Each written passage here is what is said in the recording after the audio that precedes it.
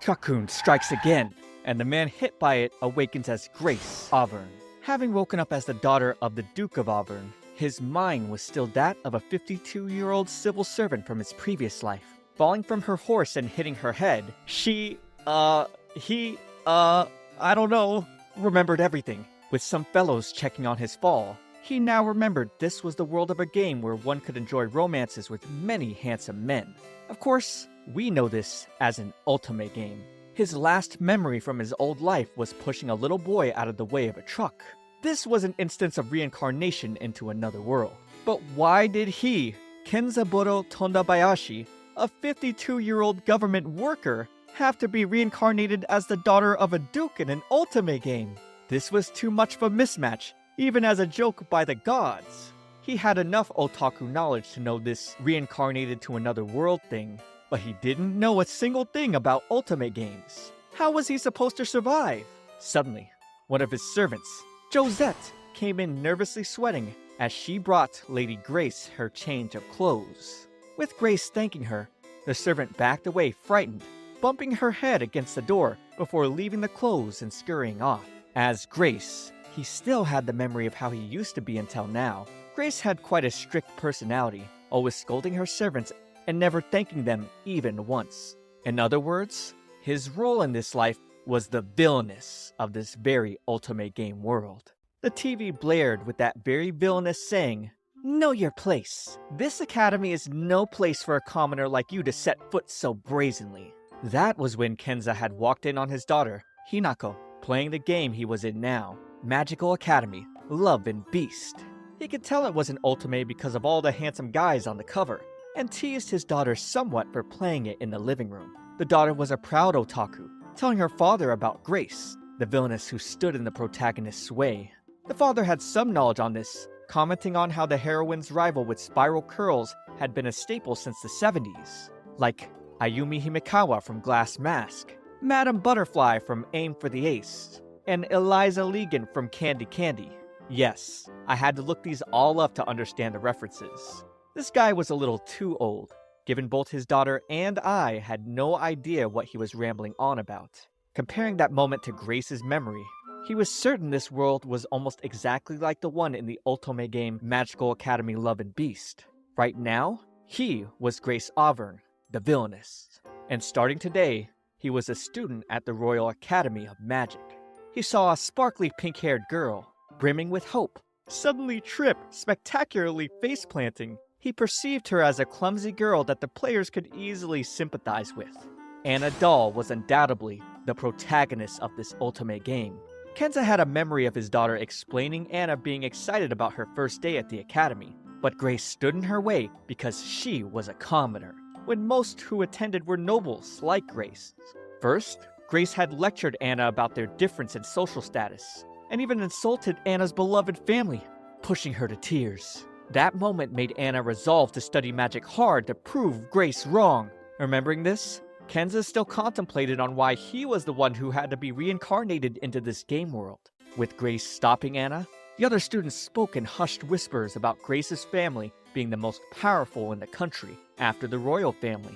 Grace knew Anna had passed the entrance exam into the school with the highest score, but instead of degrading the heroine, he told Anna her parents must have been very wise, caring, and loving. Oh no, he forgot to act like a villainess and let his true feelings as a parent slip.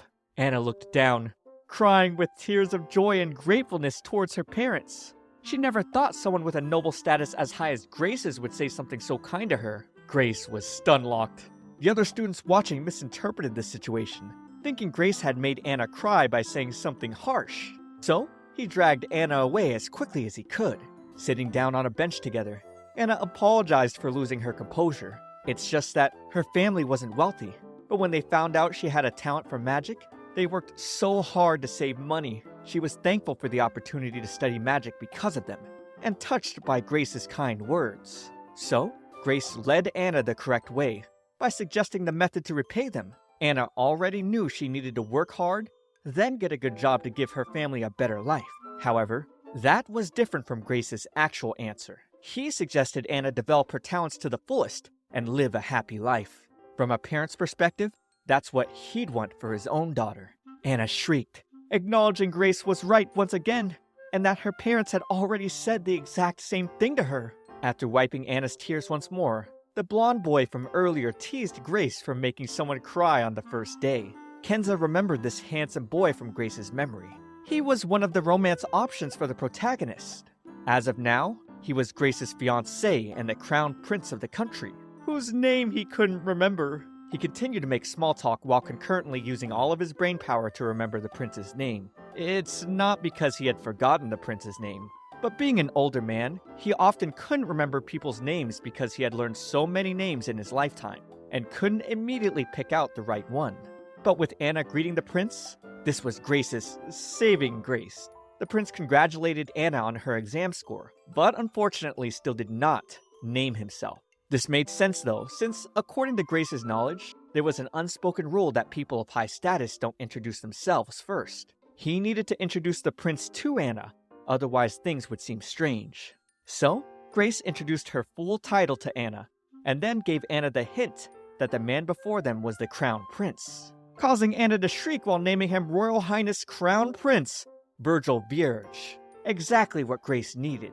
The prince then took off, reminding them not to be late for the entrance ceremony, which also coincidentally reminded Kenza of the course of events. His daughter had told him in the game's story, Anna gets insulted by Grace and cries alone in the courtyard.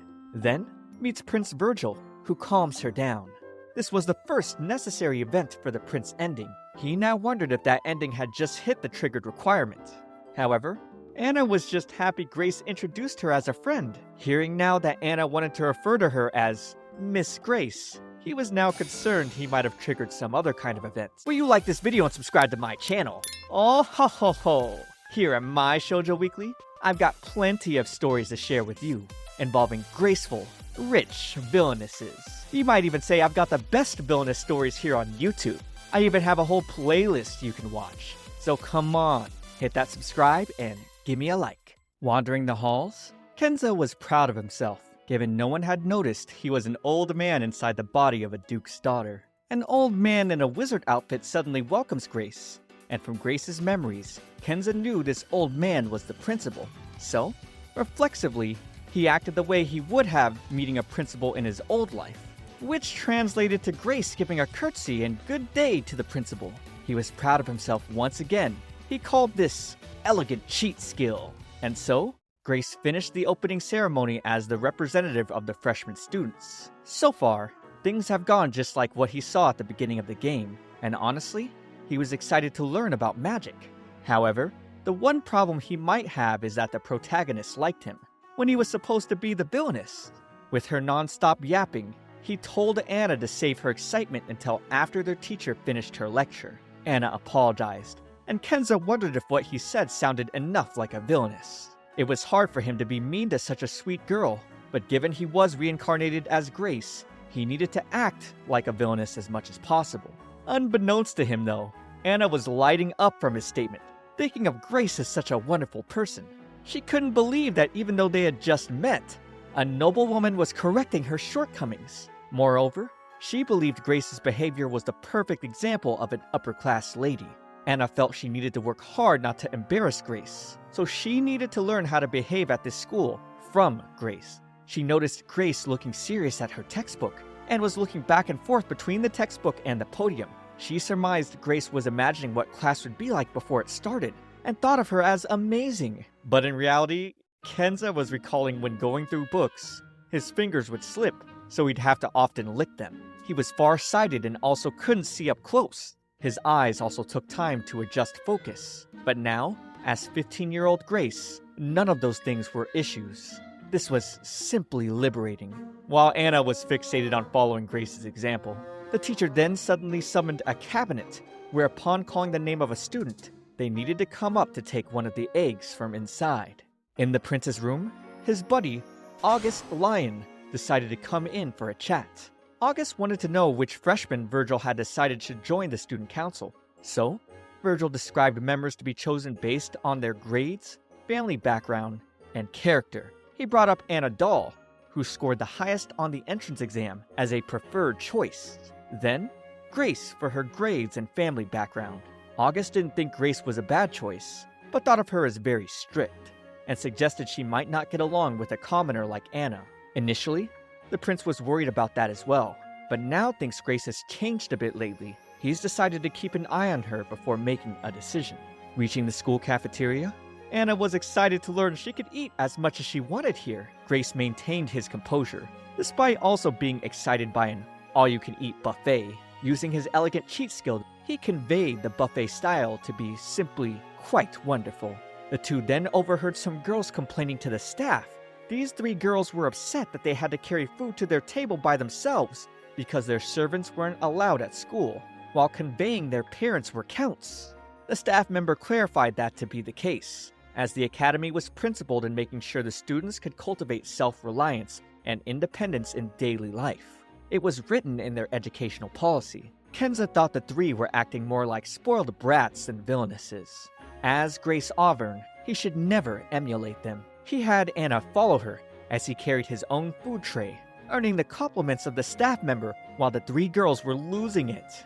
He found the food to be quite delicious, and the 3 nervous girls scurried off in embarrassment. Enjoying the food, he reflected on the fact that while civilization here was similar to that of 19th century Europe, the food and hygiene were that of modern Japan.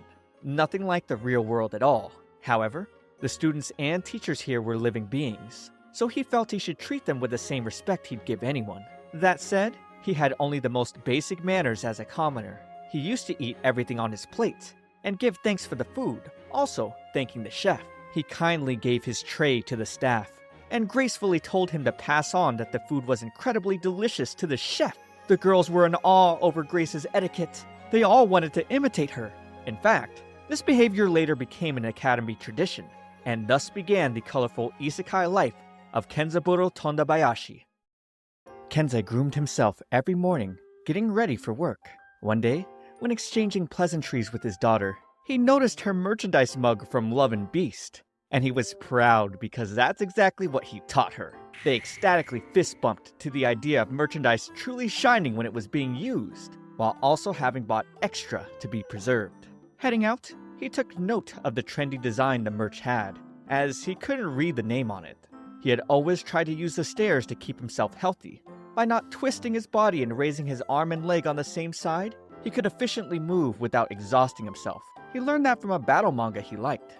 At the city government office, he would sort his papers using an abacus, eat the cafeteria curry every day, and give his thanks and compliments to the chef. When meeting about the design for a city traffic safety PSA poster, his associates had discussed using a popular anime in order to promote it. He got incredibly passionate, because with the characters being cheerful on the poster, it was disrespecting the source material, and this caused him to ramble at a breakneck pace. By 5 o'clock, that was another day of work done. He never asked for much, and he'd do any task given to him. He was happy with his life. But that very evening, he got hit by a truck trying to push a small child out of the way.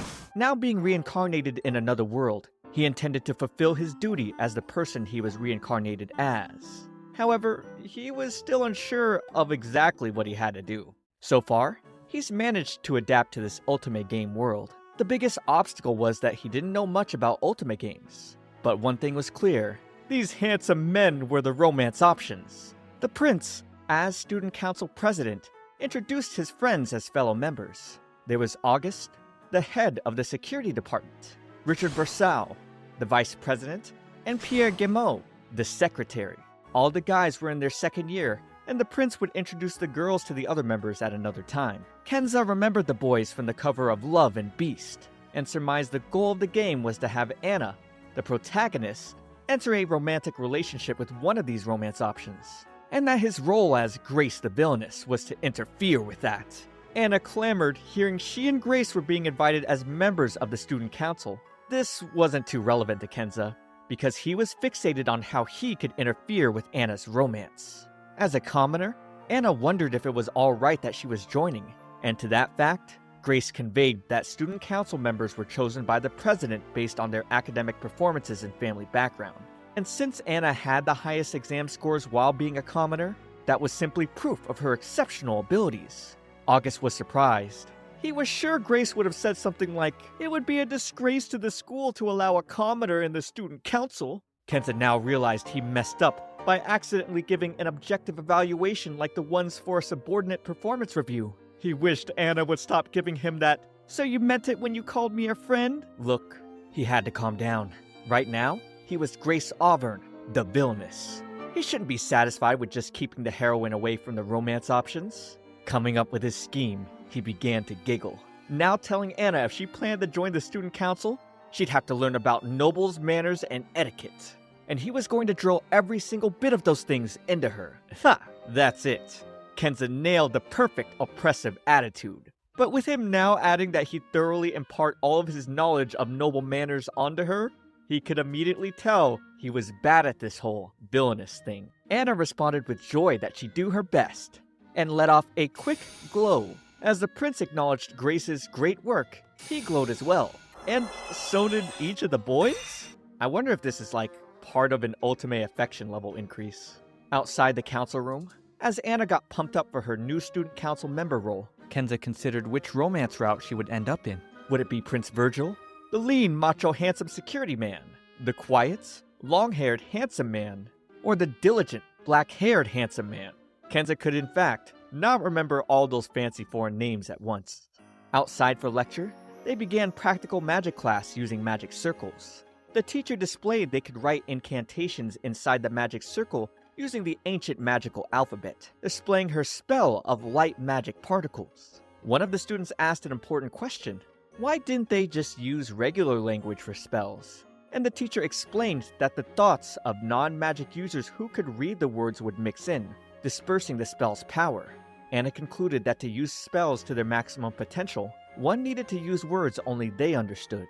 Hearing this, the teacher goes deeper into the lore. Magic circles were used to access the power of words, a power that dwelled within the words themselves. However, for words to contain power, they needed to have history, having been used by many people for many generations. Which is why the ideal words for magic were from the ancient language that were once used, but are no longer used today. This got the gears turning in Kenza's head. He wrote the Japanese word for fire, since kanji didn't exist in this ultimate game world. Then, adding a second one, an intense flame burst, causing Anna to praise him and glow once more. A student in the back got jealous, discounting the power of Grace's spell, since he'd been studying magic circles with a tutor. As Anna was displaying her brightly glowing circle, we hear some students scream as a giant golem appears, causing havoc. Apparently, the jealous student from before had given the golem too much magic and passed out. It was heading their way, being attracted to Anna's magic.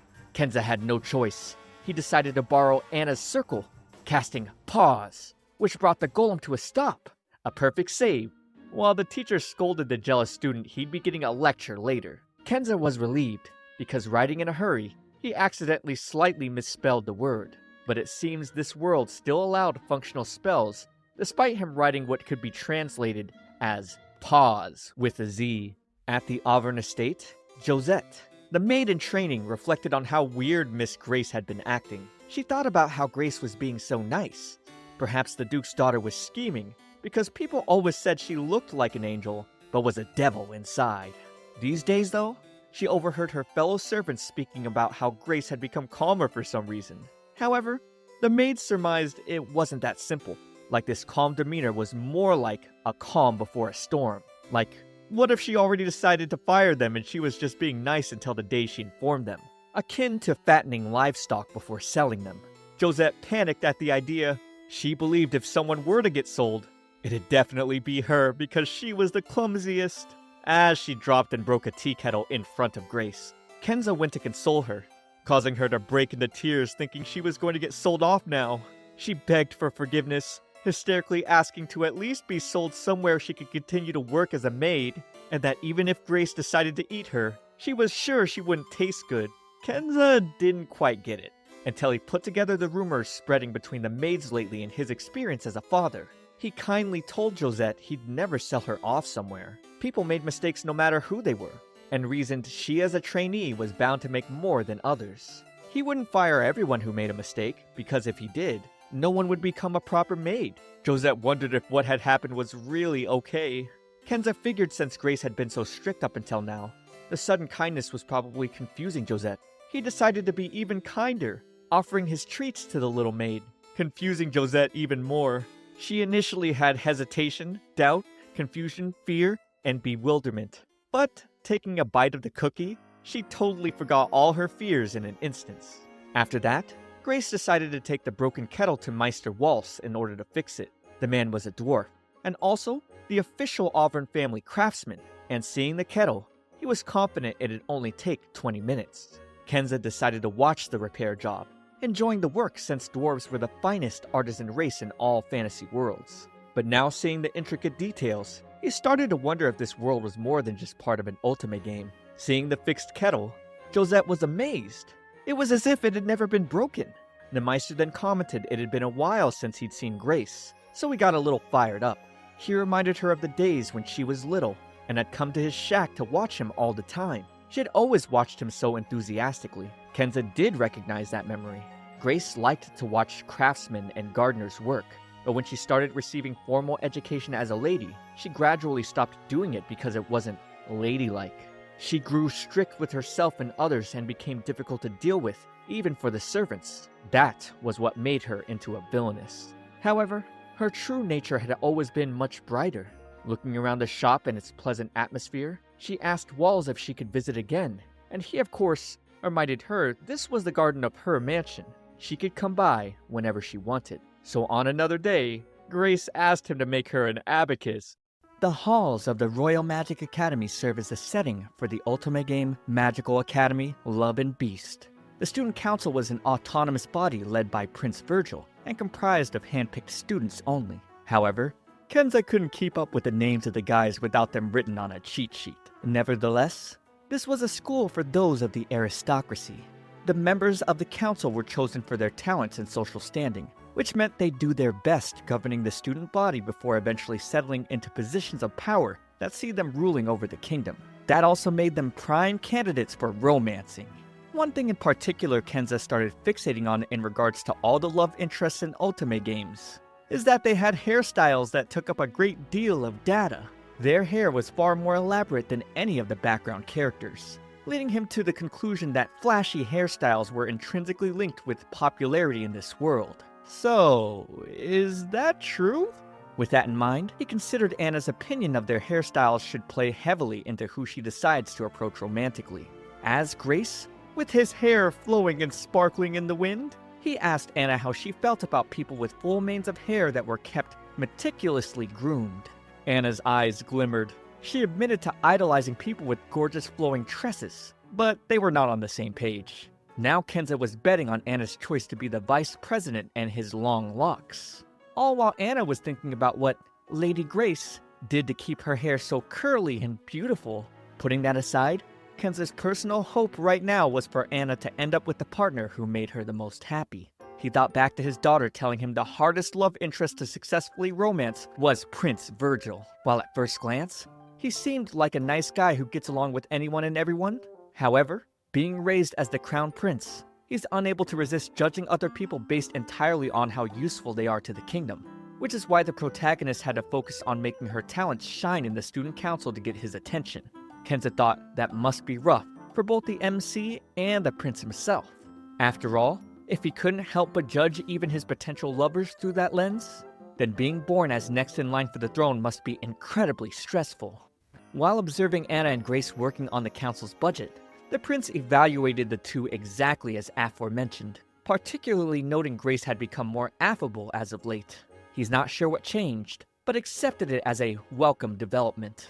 He couldn't forget, of course, she was his fiancée. That being said, their engagement was only made out of necessity to the kingdom, and despite the fact that they've known each other since childhood, he had never harbored romantic feelings for her. He accepted their betrothal was for the best, since he was born to be the next ruler.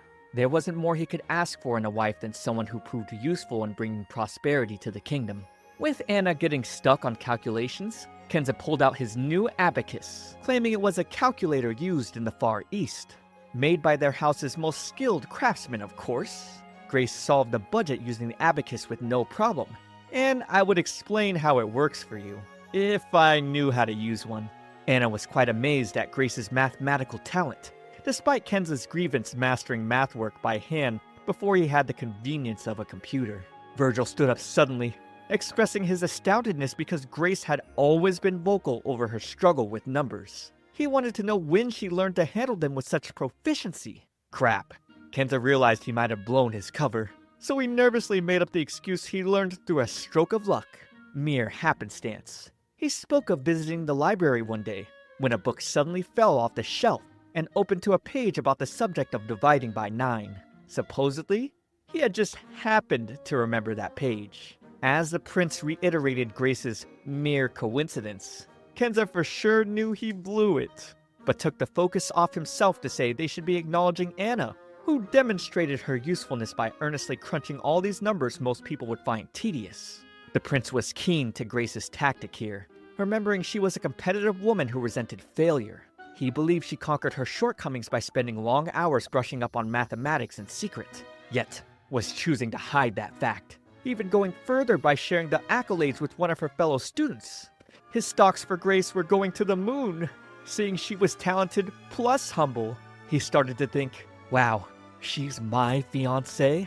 I'm starting to think she might be an unbelievable asset to the kingdom, sparkling 3 times in a row, and thus, the prince experienced a heart-pounding thrill like never before. While the members of the student council were always the talk of the town, one of the especially hot topics asked which one of them was the strongest. August was heavily favored due to being a guardian who specialized in martial arts and could augment his physical abilities with magic. The other top contender was Richard, a sword master who used mythical techniques of a fighting style passed down by his family. The two dueled, displaying an incredible performance that Kenza couldn't help but take notice of. His expectations were pretty low since this world was based on an ultimate game, but their battle had a real punch to it. It ended in a draw, when suddenly a bug landed on August's back. He asked Richard for help. However, Richard refused because bugs drove him buggy. Kenza then pulled it off, astonished to see it was a Miyama stag beetle, the superstar of insectum that all bug-loving boys loved. Its large mandible and distinct head shape was a work of art. He thought it was so cool. August thanked him and told Grace to squish it already. However, it'd be a cold day in hell before Kenza would choose to do something he found cruel and foolish. He wondered if the boys of this world didn't understand the awesomeness of bugs. But now thinking about it some more, he remembered catching and collecting bugs wasn't much of a hobby outside of Japan. He summoned a magic circle, writing the word return to send the beetle back to its home in the forest, then told everyone all living things were part of nature's grand masterpiece, and that taking the life of even a bug without good reason was unbecoming of those with noble blood. Her compassion made August's heart thud, and he and Anna sparkled. He wondered if he was falling in love, immediately lighting off 3 more sparkles. Later, Richard showed the girls the vault within the academy that housed priceless pieces of weaponry donated by many of the illustrious graduates. Keeping them in good condition was another important duty of the student council. For example, there was the holy axe known as Gargantua. He rambled on and on about the intricacies of the weapon, warning them that one must be careful when wielding it, or they'd have an accident. Next, he rambled about the enchanted shield, Archelon, of which anyone who attacked might find themselves between a block and a hard place. These puns were intentional. Virgil then whispered to the girls that the main reason Richard was always quiet was because he incessantly told dad jokes, and nearly everyone warned him against talking while out in public. Richard moved on to another pun involving armor, then swords, but Kenza countered with a double pun, saying a student council member wielding 2 swords could make a stab at giving the students a proper education. Richard was flabbergasted, believing Grace to be a true master with the multi-puns. He accepted defeat, and not long afterwards, rumors spread like wildfire throughout the academy that Grace reigned supreme among the student council. In a letter to Anna's parents, she explained she was doing great after her first month living at the dorms of the academy. She enjoyed the company of the student council, especially Lady Grace, who she described as a role model both academically and socially. There were also 2 additional gentlemen among the first-year members of the council. Prince Lucas Vierge, the second prince who was cheerful and sociable, always wearing a bright smile, and Lambert Balance, a man of great intelligence whose grades were among the very best. However, His attitude towards her seemed particularly stern for some reason, seeing him questioning why she hadn't finished tabulating her numbers when he already had. He condescendingly brought up how strange it was, since she had the highest marks on the entrance exam, and asked how she scored higher than him when she was slower. He accused her of slacking off, but thankfully, Kenza interjected to ease the tension. Since his tabulations were already complete, he used this opportunity to have Lambert add his to the rest instead of continuing to harp on Anna. After he left, Anna sighed, wishing she knew why Lambert hated her so much. However, Lucas didn't think Bert acted the way he did because he hated her. She didn't understand, so he elaborated. Bert was the current adopted heir to the prestigious Balance family. He was originally born as the third son of a bankrupt noble family out in the sticks. That made him no different from a member of the peasantry.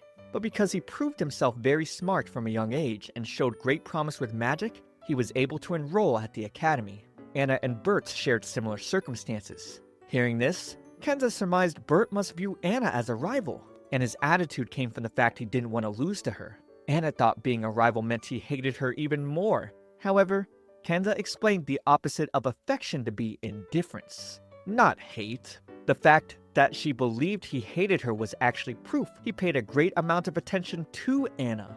In Kenza's opinion, Lambert's route must be the easiest. There was nothing to worry about since his love flag was already set.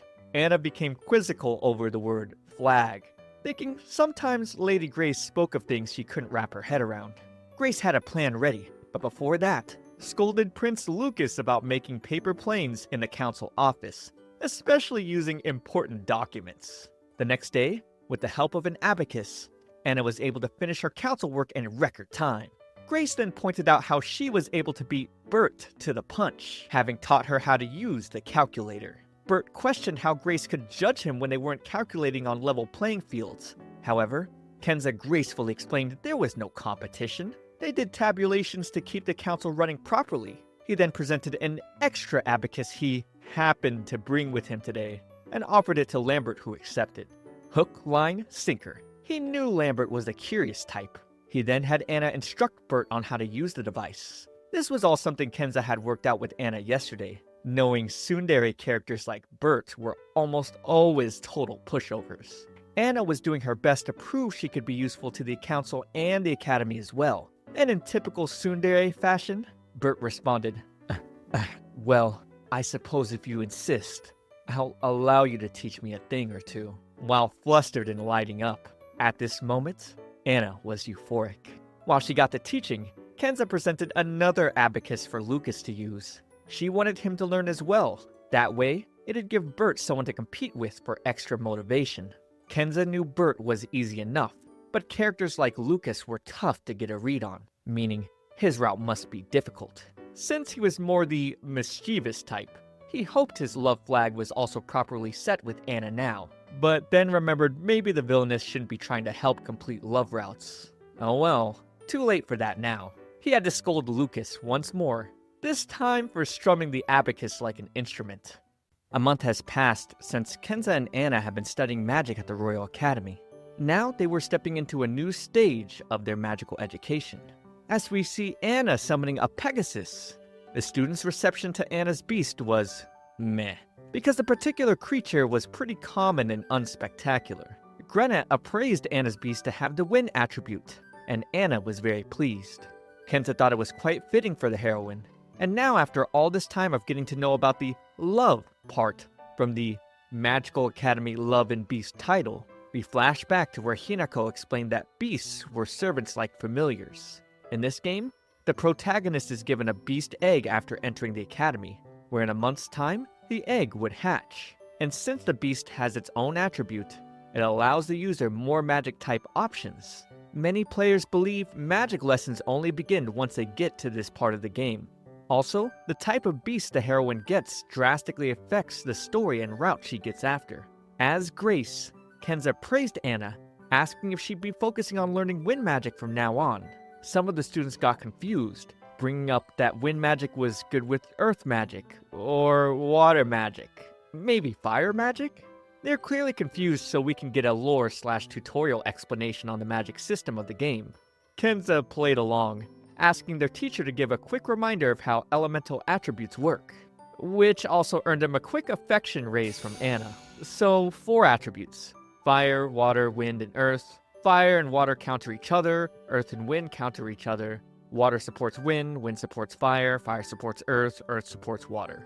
Grena emphasizes the importance of support magic, because while fire in this world is effective against water-based enemies, against stronger monsters, the type advantage is not enough. So, with support from wind magic, the fire can strengthen and defeat bigger enemies. Kenza contemplated this, thinking about how in games he played before, he'd just reroll until he got what beast he wanted. He posed the idea to Anna, asking if it was possible to reroll, would she? Anna responded that she wouldn't, giving Kenza a fond reminder of his daughter. Then suddenly, Prince Virgil and August made their entrance. They were here to watch their fellow student council members summon their beasts. So of course, the two had to flex their own. Prince Virgil's beast is a griffin with wind attribute, while August is a Garuda with fire, both of rare species and incredible mana. The prince complimented Anna's honest beast, a reflection of its master. He believed it to be the perfect partner for her.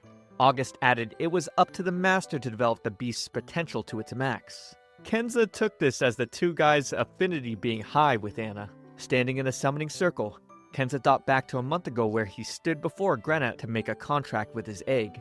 The eggs were grown then by being supplied with mana from their masters. He was lax. Since the protagonist's beast had already been born, he didn't think anyone would take interest in the Villainess's beast. Little did he know, August wanted Grace's beast to be fire type. Virgil wanted it to be wind type. They'd be managing the kingdom as husband and wife after all. And Anna was wishing Grace's beast would be wind type just like hers.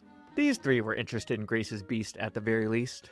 As light burst from Kenza's egg, he thought back to Hinako telling him she wouldn't re-roll for beasts. She wasn't really the try-hard type to begin with. She felt like even though it was just a game, that it'd be a bit sad to make it like it was never born in the first place. At this moment, Kenza absolutely agreed, especially since the world he was in was real and couldn't be reset. He'd accept whatever beast was born, no matter what. But he never expected out of the egg to pop both a mini Kenza and Grace? They appeared to be sleeping. No one understood what was happening. Kenza overheard a girl's voice saying, Fuse it? How? Directly with my hand? He recognized it as his daughter's voice. A screen then popped in front of him, and from that, 2 hands came out, clasping the mini Kenza and Grace together, creating a mini red dragon.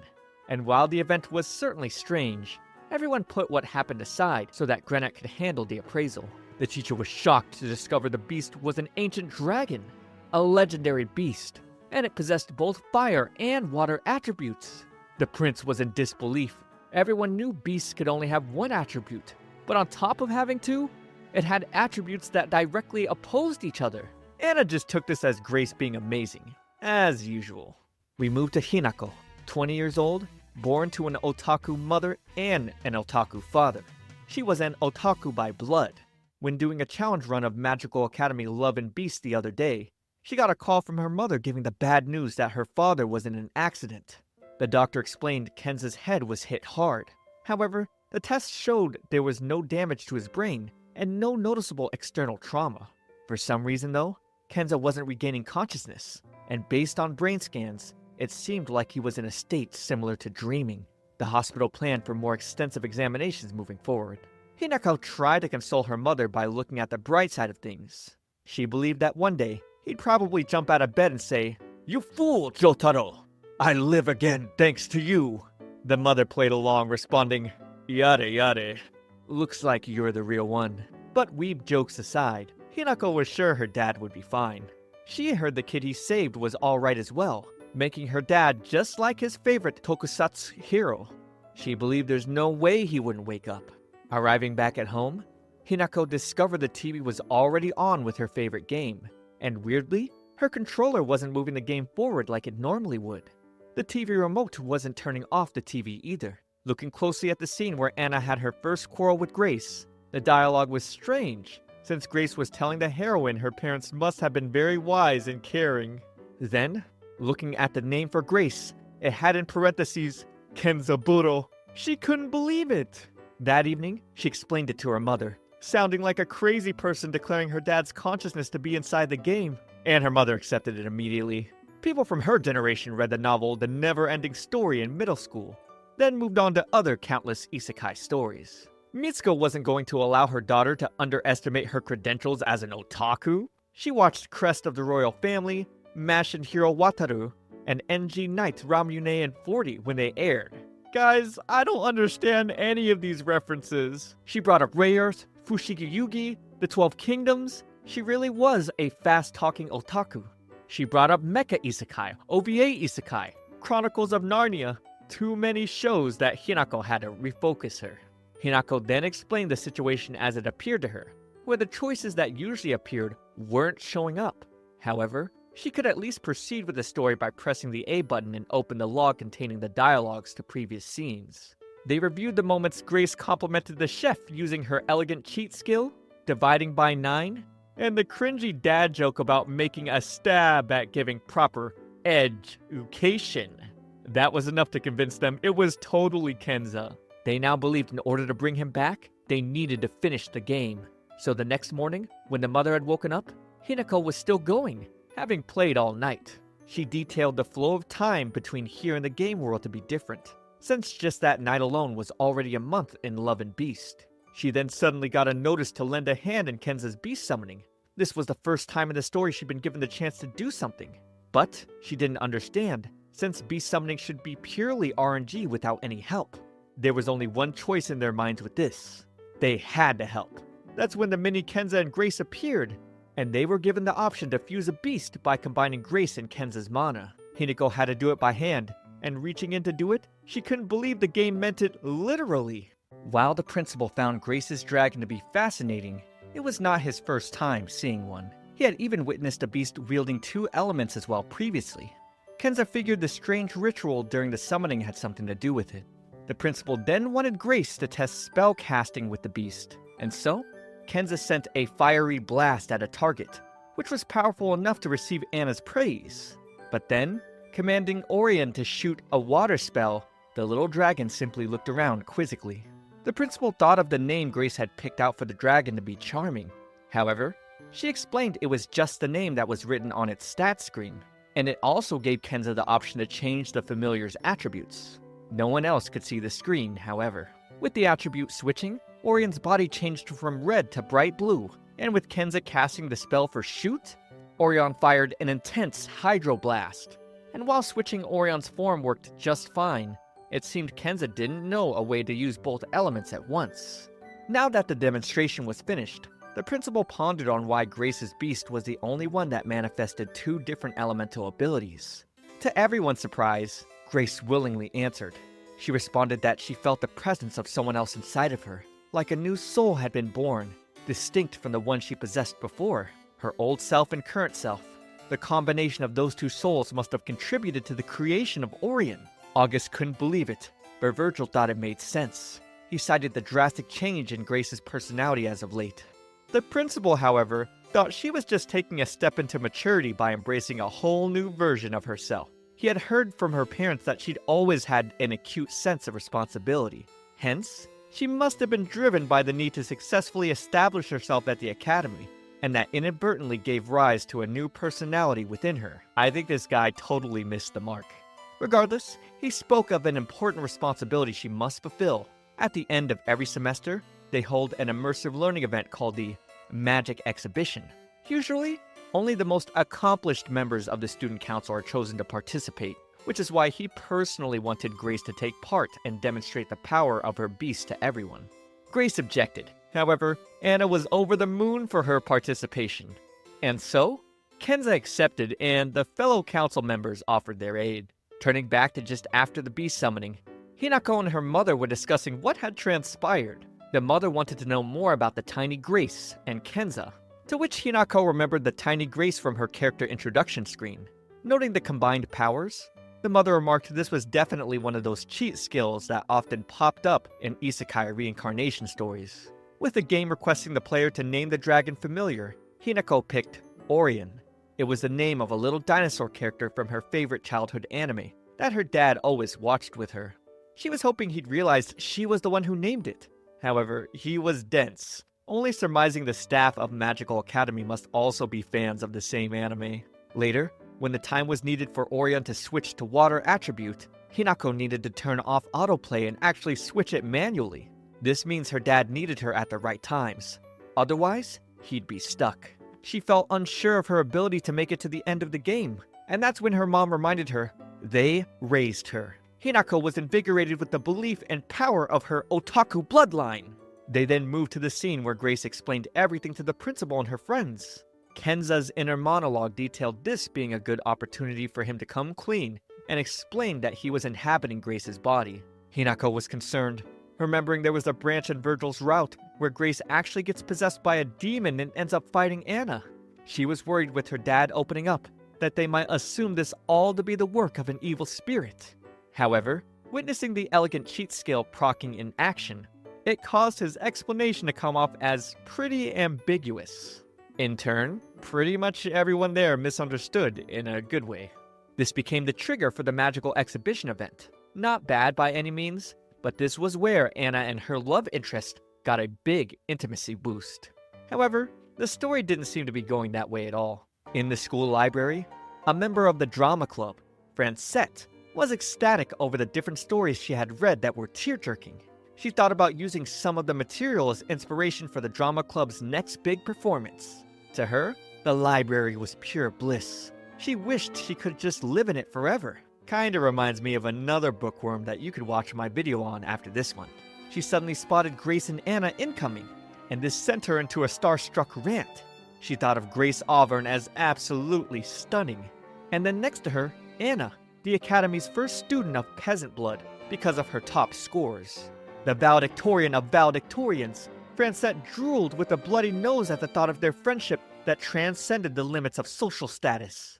She ended up spilling over in a bloody mess. Grace's goal here was to study up on the finer details of magic and beasts. Kenza especially wanted more knowledge, considering he had so many questions about Orion. How it ended up with both water and fire attributes, or what those floating hands were during the ritual. He was also unsure about the voice he'd heard before as well.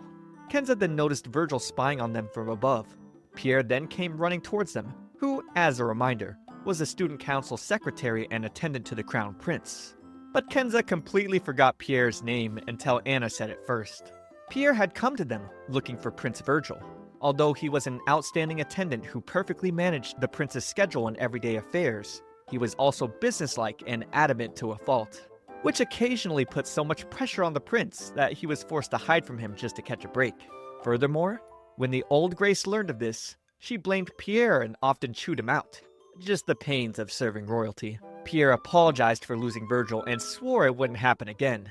But in return, Grace told him to look at the situation differently. Seeing as how Virgil avoided him, he should also be off the hook from serving the prince during these times.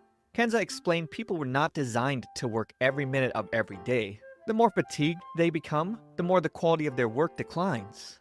Taking breaks was key to ensure everyone stayed at their best.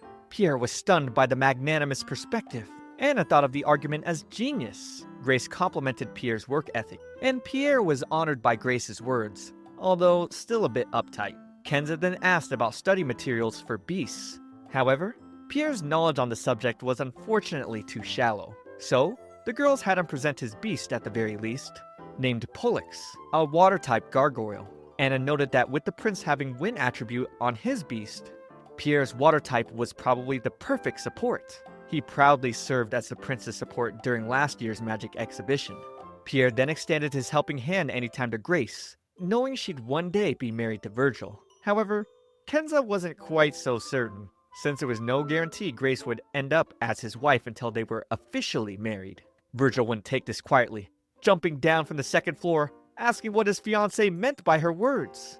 Bad move though, because Pierre had been looking for him the entire time. Anna wondered how he was able to hear in on their conversation.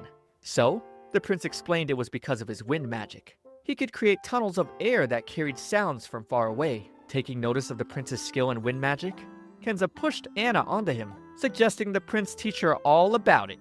Kenza was trying to lead Anna further along Virgil's route by raising their intimacy level. The prince accepted gracefully. However, Anna tried to modestly decline. So, Kenza felt like this was a good chance for him to play the Villainess. he told Anna, "Oh please, would you get down from your high horse? This training is not meant for your benefit whatsoever. I am merely thinking ahead to the magical exhibition where I expect you to serve as my support. I will not stand for an assistant who only knows second-rate magic." This definitely had the opposite effect Kenza was going for though, only making Anna more excited and affectionate, knowing he was choosing her as his assistant. Everyone supported Grace's kind words, making Kenza wonder why this always happened. Alright, another fun episode. Subscribe for next week's, but for now, watch this next video. It's me, ComfyTea. I'll see you all in the next one.